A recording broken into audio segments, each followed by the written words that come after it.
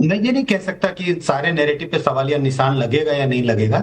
मुझे तो सिर्फ इस बात का पता है कि जब इस बात की चर्चा बार बार हो रही थी कि महाराष्ट्र में कितने वोटरों का एडिशन हुआ लोकसभा और विधानसभा के बीच में, तो तमाम अलग अलग आंकड़े आ रहे थे। और इसी को आगे बढ़ाने के लिए मैंने सोचा इन आंकड़ों की सत्यता को जाननी चाहिए।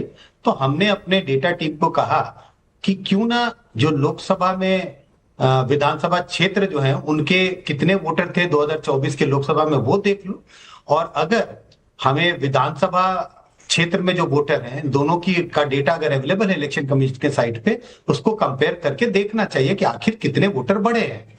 दोनों डेटा उपलब्ध था इलेक्शन कमीशन के वेबसाइट पे, उसको जांचने की कोशिश की। दोनों जगह एक्सेल फाइल और पीडीएफ फाइल उपलब्ध है। दोनों जगह एक्सेल फाइल हमारे डेटा टीम ने उसको निकाला और देखा, तो ओवरऑल तो ये दिखाई पड़ता है कि 40 लाख से थोड़े से ज्यादा वोटर जुड़े हैं दोनों चुनाव के बीच में, लोकसभा विधानसभा के चुनाव के बीच में। लेकिन जब दोनों डेटा को एक साथ लगाया गया उसमें एक मिस्टेक हुई, एक रो ऊपर नीचे हो गया, तो उसमें तो हमें पता नहीं चला। हमने तो जो दिखा हमने लगा कि भाई 47% वोट नासिक से वेस्ट में बढ़ गए और हिंगना में 50%। यही गलती तो सारी कंस्टिट्यूंसी में हुई होगी, लेकिन ओवरऑल फिगर ठीक था। हमने अपने डेटा टीम से 2-3 बार पूछा कि क्या डेटा ठीक है, उन्होंने कहा हाँ, उन्होंने अपने हिसाब से तो किया था काम, उन्होंने कहा ठीक है डेटा। हमने उसको ट्वीट कर दिया। कल हमें इस बात का पता चला, एक पत्रकार ने हमें बताया कि आपने डेटा कहां से लिया है। तो मैंने कहा इलेक्शन कमीशन की वेबसाइट पे। तो उन्होंने बताया इलेक्शन कमीशन की वेबसाइट पे आप कहां गए, हमने उसको देखा और तब उन्होंने पॉइंट आउट किया कि देखिए एक रो की गलती है, आपने 125 नंबर की जो कंस्टिट्यूएंसी है नासिक वेस्ट को 124 से कंपेयर कर दिया और 50 को 49 से कंपेयर कर दिया। दो डेटा, क्योंकि हमने दो कंस्टिट्यूएंसी और दो कंस्टिट्यूएंसी जो बॉटम में थी उसका, तो सारी कंस्टिट्यूएंसी वाइज जो है, कंस्टिट्यूएंसी वाइज जो डेटा वो गलत था। तो हमने उसको डिलीट किया ट्वीट को, और आज सुबह हमें लगा कि ये तो भारी गड़बड़ी है, क्योंकि हमने जब देखा था कि इसको किस तरह से राजनीतिक पार्टी इस्तेमाल कर रही है, तो हमने उसके लिए माफी मांगी और एक ट्वीट किया। लेकिन संजय कुमार जी, पूरा जो पॉलिटिकल डिस्कोर्स चल रहा था पार्लियामेंट में, सड़क पर, कोर्ट्स में, वो पूरा उल्टा पड़ गया। आपको कहा जा रहा है कि सीएसडीएस की फंडिंग कहां से आती है। आप योगेंद्र यादव जो अपने आप को एनालिस्ट बताते हैं, वो आज पॉलिटिशियन हैं, आप उनके शागिर्द हैं, और सवाल ये भी उठ रहे हैं कि आपने तो माफी मांग ली, लेकिन अब तो तीर निकल गया।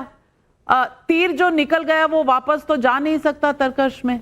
अब इस निकले हुए तीर का क्या करेंगे, क्योंकि ये तीर लेकर राहुल गांधी तो चले गए हैं वोटर अधिकार रैली में, और वहां कह रहे हैं लोगों के अब राशन कार्ड भी छिन जाएंगे, लोगों की जमीनें छिन जाएंगी। मैं पूछना चाहती हूं कि अब आप घड़ी को पीछे कैसे करें? घड़ी को तो पीछे नहीं कर सकते, लेकिन मुझे लगता है कि जब हमने ये बताया है कि वो आंकड़े गलत हैं, और अगर कोई भी समझदार नेता या कोई भी व्यक्ति उन्हीं आंकड़ों को लेके जाके अपना नैरेटिव बनाने की कोशिश करेगा, जनता के बीच में जाएगा, लोग उनकी बात को नहीं मानेंगे। उन्हें नए सिरे से अपने आंकड़े तलाशने होंगे और जहां उन्हें गलती दिखाई पड़ेगी उन आंकड़ों के साथ जाना होगा। हमने ये आंकड़े उनके लिए नहीं परोसे थे, हमने तो जनरल एक डाला था। तो मुझे लगता है अगर कोई इसके बाद भी, जब हम ये कह रहे हैं कि हमारे कैलकुलेशन में गड़बड़ी है, ये आंकड़ा सही नहीं है, और फिर भी अगर आप इसी आंकड़े को लेकर इस्तेमाल करके नैरेटिव बनाएंगे, तो मुझे लगता है कि ये एक पुअर पॉलिटिक्स होगी और इस पर कोई जनता भरोसा नहीं करेगा। तो advocate Nikhil Jain, poor politics का अब आपके ऊपर आरोप है कि आप पुअर पॉलिटिक्स कर रहे हैं।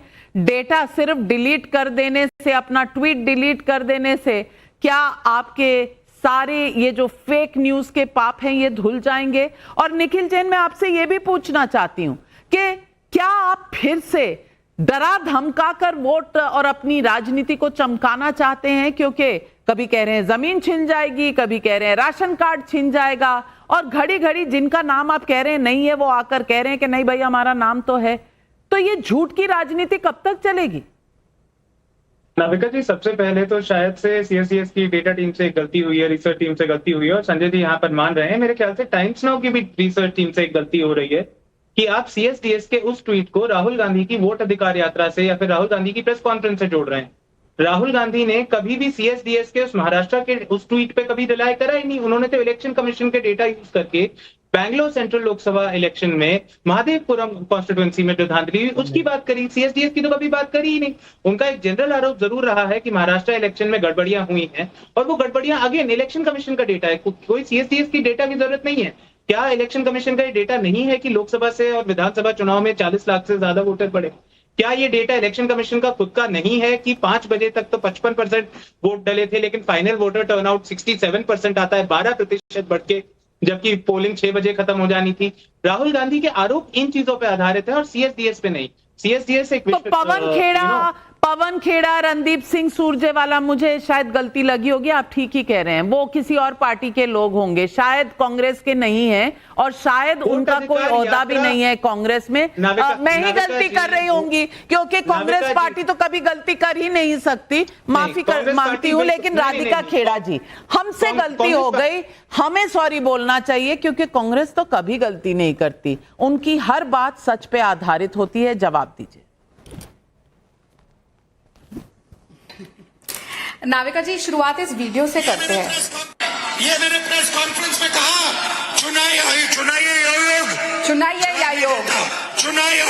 ये वीडियो है राहुल गांधी जी का, जो आज बिहार में बैठ के भ्रम की राजनीति कर रहे हैं। रोज सुबह शाम चुनाव आयोग को गाली देते हैं, लेकिन चुनाव आयोग खुद बोल नहीं पाते हैं। ये लड़ाई लड़ रहे हैं चुनाव आयोग से। देखिए, ये तो इनके हालात है। यहाँ पे आके बोल रहे हैं बिहार में कि मोदी जी आपकी जमीन छीन लेंगे, मोदी जी आपका राशन छीन लेंगे। जिस आदमी के अंदर राशनल ही नहीं है, जो वो राशन की बात कर रहा है। चुभन उसी दिन से थी जब ये सपना सच हो गया कि 81.35 करोड़ लोग को फ्री राशन भारत की सरकार, मोदी जी की सरकार देती है। 13.5 करोड़ लोग गरीबी रेखा से बाहर आ गए। जिस गरीबी हटाओ की बात गांधी परिवार करता था और कभी कुछ नहीं किया, और मोदी सरकार ने प्रधानमंत्री जी के नेतृत्व में यह सपना सच करके दिखाया कि 13.5 करोड़ लोग गरीबी रेखा से बाहर आ गए, और विश्व का सबसे बड़ा फूड डिस्ट्रीब्यूशन प्रोग्राम है जिसमें 81 करोड़ लोगों को मुफ्त राशन दिया जाता है। तो तकलीफ तो होनी थी कि देश तरक्की क्यों कर रहा है, देश का हर नागरिक भरपेट खाना क्यों खा रहा है, और देश का नागरिक गरीबी से बाहर क्यों आ गया है। और काट की हांडी नाविका जी बार बार नहीं चढ़ती, एक बार चढ़ चुकी है लोकसभा में, इनकी थोड़ी सी सीटें बढ़ गई क्योंकि उन्होंने संविधान की कॉपी लहराई और बोला संविधान खतरे में है। बाद में पता चला कि जो संविधान की कॉपी राहुल बाबा लिए फिरते हैं वो अंदर से खाली थी। एक रिपोर्टर के ने ही खुलासा किया कि जो कॉपी राहुल गांधी लेकर घूमते हैं उसके अंदर कोई कागज ही नहीं थे, ब्लैंक कॉपी थी। खैर, लेकिन अब वापस मुद्दे पे आते हैं। यहाँ पे जो बात हो रही है कि भाई साहब ने ट्वीट डिलीट कर दिया, फिर पवन खेड़ा ने ट्वीट डिलीट कर दिया। मैं आज इनसे संजय जी से पूछना चाहती हूँ आपके माध्यम से, आपने तो ट्वीट कर दिया सर बिना कोई जांच पड़ताल करे, और वो ट्वीट व्हाट्सएप के जरिए, अलग अलग सोशल मीडिया के जरिए गांव गांव तक पहुंच गया। और गांधी परिवार हो चाहे उनका इंडिया अलायंस हो, वो जो फेक नैरेटिव बना रहे थे हमारी देश की संवैधानिक संस्थाओं को लेकर, वो तो आपने धज्जियां उड़वा दी उनकी। आपका एक सॉरी वाला ट्वीट तो नहीं गया, क्योंकि वही लोग जो वो आपका गलत ट्वीट घर घर पहुंचा रहे थे, अब ये किसी को नहीं बताएंगे पवन खेड़ा की मैंने ट्वीट डिलीट कर दिया, ना रणदीप सुरजेवाला ना कोई और। यहाँ पे आके उनके प्रवक्ता कहेंगे कि राहुल गांधी ने तो इस पे चर्चा नहीं करी, लेकिन इन सब ने अपने व्हाट्सएप से, अपने सोशल मीडिया से घर घर वो ट्वीट पहुंचाया और देश की संवैधानिक संस्थाओं के ऊपर क्वेश्चन उठाया।